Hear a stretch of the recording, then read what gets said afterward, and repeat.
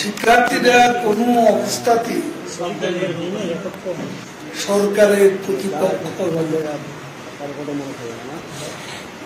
আদালতের রায়ের পর কোন ধরনের সমক্ষেপণ না করে সরকারের পক্ষ থেকে প্রধানমন্ত্রী শেখ হাসিনা নির্দেশে এই প্রজ্ঞাপন জারি করা। তারপরে একটি মহল সরকার বনাম শিক্ষার্থী গেম খেলে ফায়দা লুটার অপচেষ্টা করেছে। শিক্ষার্থীদের আন্দোলনকে পুঁজি করে পরিকল্পিত ধ্বংসযজ্ঞ এবং হত্যাকাণ্ড চালিয়েছে। সহিংসতা সংঘটিত হত্যাকাণ্ডের তদন্তের জন্য তদন্ত কমিশন গঠন করা হয়েছে এবং ইতিমধ্যে তদন্ত কমিশন কাজ শুরু করে দিয়েছে। এমনকি এই ঘটনা তদন্তে জাতিসংঘ এবং অন্যান্য দেশের কাছে সরকারের পক্ষ থেকে সহযোগিতাও চাওয়া হয়েছে। প্রতিটি হত্যাকাণ্ডের সুষ্ঠু তদন্তে বিচার বিভাগীয় তদন্ত কমিশনের সদস্য সংখ্যা এবং আওতা বাড়ানো হয়েছে। এখন কমিশনে 3 জন বিচারপতিকে দায়িত্ব দেওয়া হয়েছে। এই সন্ত্রাস ও সহিংসতার ঘটনা নিহতদের পরিবারের প্রতি প্রধানমন্ত্রী দেশরত্ন শেখ হাসিনা গভীর সমবেদনা জ্ঞাপন করেছেন। তাদের অনেকের পরিবারকে আর্থিক সহায়তা প্রদান করেন। মাননীয় প্রধানমন্ত্রী আহতদের দেখতে ঢাকার বিভিন্ন হাসপাতালে পরিদর্শনে যান, তাদের চিকিৎসা খোঁজ খবর নেন এবং আহতদের সকল প্রকারের চিকিৎসা নিশ্চয়তা প্রদান করেন।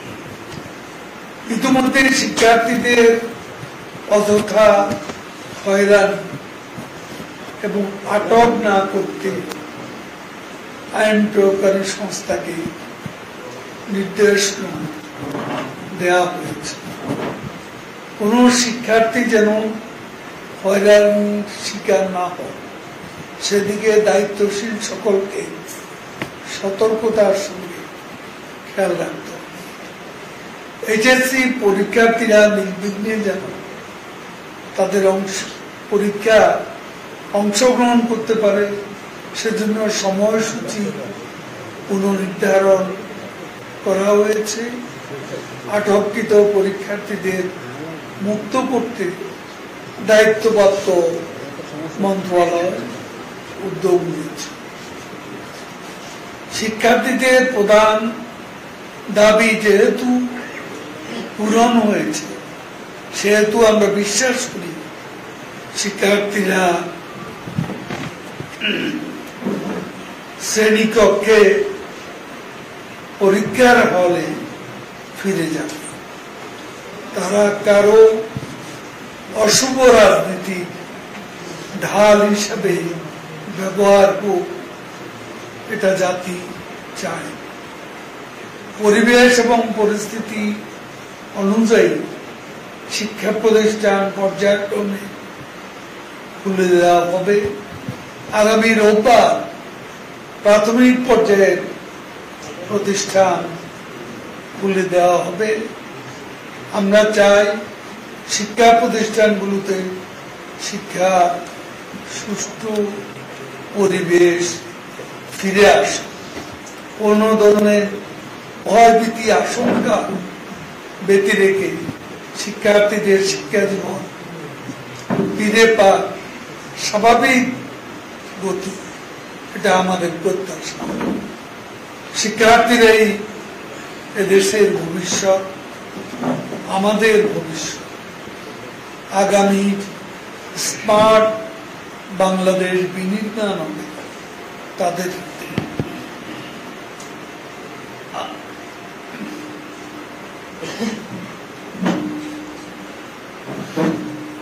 আমরা দেখছি নাগরিক সমাজের অনেকেই চলমান সংকটে তাদের নিজস্ব মতামত ব্যক্ত করছে।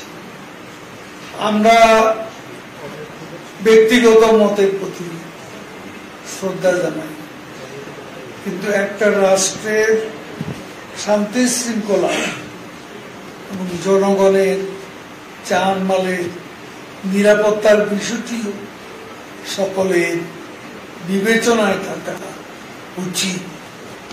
তাদের মতামত প্রকাশের সুযোগকে কাজে লাগিয়ে তৃতীয় কোনো স্বার্থান্বেষী মহল যেন উস্কানির সৃষ্টি করে কাজে ব্যবহার না করতে পারে, সে বিষয়ে সকলকে দায়িত্বশীল হওয়া উচিত। রাষ্ট্রের নাগরিক হিসেবে সকলের চলমান সংকট থেকে উত্তর ধৈর্য ধারণ করা সবচেয়ে।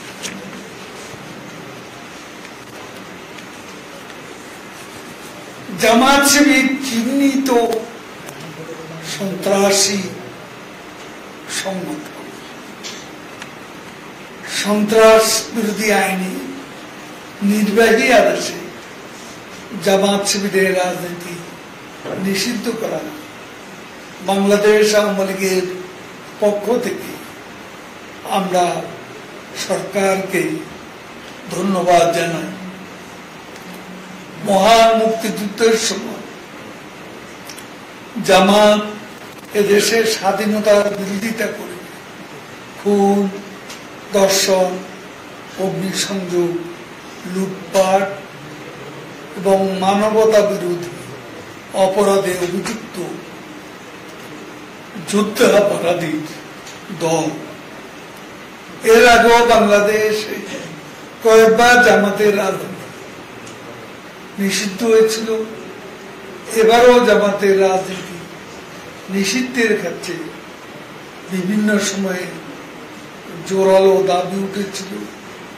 সেই গণদাবির প্রতি আস্থাশীল জামাতের রাজনীতি নিষিদ্ধ করার সরকারি সিদ্ধান্তকে আমরা স্বাগত জানাই। জামাত নিষিদ্ধের পরিপ্রেক্ষিতে মির্জা ফখরুল ইসলাম আলমগীরের বিবৃতি দেখলেই বোঝা যায় জামাতের সাথে তাদের সম্পর্কের বন্ধন কত নিবিড়। সেই সম্পর্কের দায় থেকে জামাত নিষিদ্ধের সিদ্ধান্তকে তিনি অগণতান্ত্রিক, অসাংবিধানিক বলেছেন। কেননা বিএনপির প্রতিষ্ঠাতা জিয়াউর রহমান স্বাধীন বাংলাদেশে নিষিদ্ধ জামাতে রাজনীতির বৈধতা দেন। খালেদা জিয়ার সরকারের আমলে জামাত নেতা যুদ্ধাপরাধী গোলাম আজমের নাগরিকত্ব ফেরত দেন। 1991 সালে জামাতের সমর্থন নিয়ে বিএনপি সরকার গঠন করে। 2001 সালে বিএনপি জামাত জোট হয়ে সরকার গঠন করে এদেশের মানুষের উপর, বিশেষ করে সংখ্যালঘু সম্প্রদায়ের উপর অকথ্য নির্যাতন চালায়। স্বাধীন বাংলাদেশে নারীদের উপর নজিরবিহীনভাবে ধর্ষণ, নির্যাতন চালানো। বিএনপি জামাত সব সময় গাঁটছড়া বেঁধে পথ চলেছে। সুতরাং বিএনপির পক্ষে জামাতকে পরিত্যাগ করা যে অসম্ভব সেটা সবাই বুঝে। যে কারণে জামাতের রাজনীতি নিষিদ্ধ হয়, দেশের মানুষ সাধুবাদ জানালে মির্জা ফখরুল ইসলাম আলমগীর এই সিদ্ধান্তকে অগণতান্ত্রিক, অসাংবিধানিক বলবে, এটাই স্বাভাবিক। এতেই বিএনপির তীব্র জামাত প্রীতি পরিষ্কার হয়ে উঠেছে। কিছু বলবেন না? আপনিও বলেছেন যে এই যে স্বাধীনতার পক্ষের শক্তি বা স্বাধীনতায় বিশ্বাসী যারা, তাদের কাছে এই একটা এই জামাত নিষিদ্ধ করা একটা ঐতিহাসিক সিদ্ধান্ত। আমার প্রশ্ন হলো যে সন্ত্রাস দমন আইনের 18(1) ধারায় যে এই অনুচ্ছেদের মোতাবেক জামাতকে নিষিদ্ধ করা হয়েছে, সেই জামাতের পৃষ্ঠপোষক যারা এখনো যারা রাজনৈতিক সন্ত্রাস করে যাচ্ছে বা করবে ভবিষ্যতে যদি মনে করেন, সেই দলটির ব্যাপারে আপনাদের কি হবে, ব্যবস্থা নেবেন আপনারা?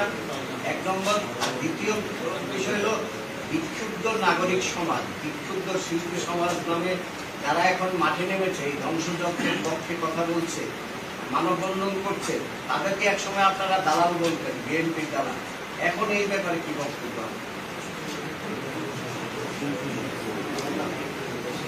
আমি ঢালাও কারো বিরুদ্ধে কোনো মন্তব্য করতে চাই না। জামাত শিবিরের রাজনীতি যে কারণে নিষিদ্ধ হয়েছে, সন্ত্রাসী সংগঠন, সেই সন্ত্রাসের সাথে কারো আচরণ, অ্যাকশনে যদি যোগসাধক বা সন্ত্রাসী চেতনাকে, ধারাকে যারা বহন করবে, তাদের বিরুদ্ধে আমাদের মনোভাব এবং আমাদের আচরণ ঠিক এরকমই। সন্ত্রাসী সংগঠনকে আমরা সন্ত্রাসী হিসাবে দেখি, তারা যারাই। আর একটা বিষয় দিব, নাগরিক সমাজ বলছে, বিক্ষুব্ধ নাগরিক সমাজ, বিক্ষুব্ধ শিল্পী সমাজ, যাদেরকে আপনারা এক সমাজ দালাল বলতেন। না, আমরা সবাইকে দালাল, আমরা ঢালাও ভাবে কাউকে দালাল বলি না, এটা বলা উচিত। আমরা কারো ব্যক্তিগতভাবে কারো আচরণ যদি আমাদের মুক্তিযুদ্ধের চেতনা এবং সরকারি কর্মকাণ্ড, যেটা দেশের অর্জন সংশ্লিষ্ট, এসব ব্যাপারে যারা বিরোধিতা করে, তাদেরকে আমরা তাদের সম্পর্কে ভিন্ন মত আমাদেরও থাকতে পারে এবং সেটারই প্রকাশ। এক ধরনের উদ্বেগ দেখা যাচ্ছে, তারা রাস্তায় নেমে আসছে, তাদের সাথে আপনারা কি আলাপ আলোচনার সুযোগ তৈরি করবেন কিনা বা তৈরি হবে কিনা? দেখুন,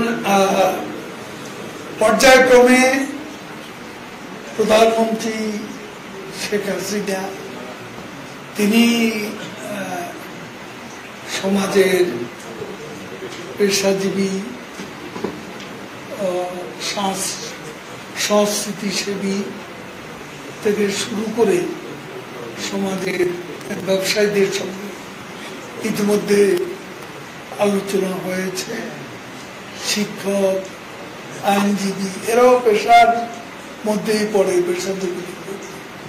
এদের সঙ্গে তিনি, সাংবাদিকরাও আছেন, এদের সঙ্গে তিনি মত বিনিময় শুরু করেছেন। পর্যায়ক্রমে সকলের সঙ্গে মত বিনিময় হবে।